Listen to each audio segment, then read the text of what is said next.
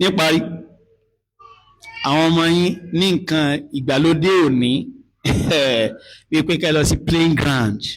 ẹ má deprive àwọn ọmọ yín totally o ẹ lọ sí cultured area ni o cultured area tí mo mí ni pé ibi tí yóò ní takò ẹ̀sìn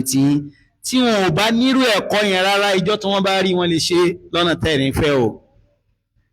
kò burúkú ẹlẹ́yà kó àwọn ọmọ ìgbà tí ń bọ̀ ní ìsìn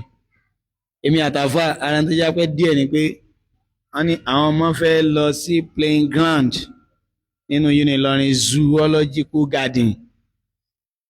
ok àwọn ìyá wọn ti lọ bẹ̀ tẹ́lẹ̀ wọn ti lọ chẹ́kẹ̀ ṣá níbi táwa náà lè lò torí mùsùlùmí làwà wọ́n ní bẹ́ẹ̀ ni a níbi táwa lè lò mashallah ẹ̀yìn lọ ṣe wọ́n sì kó wọn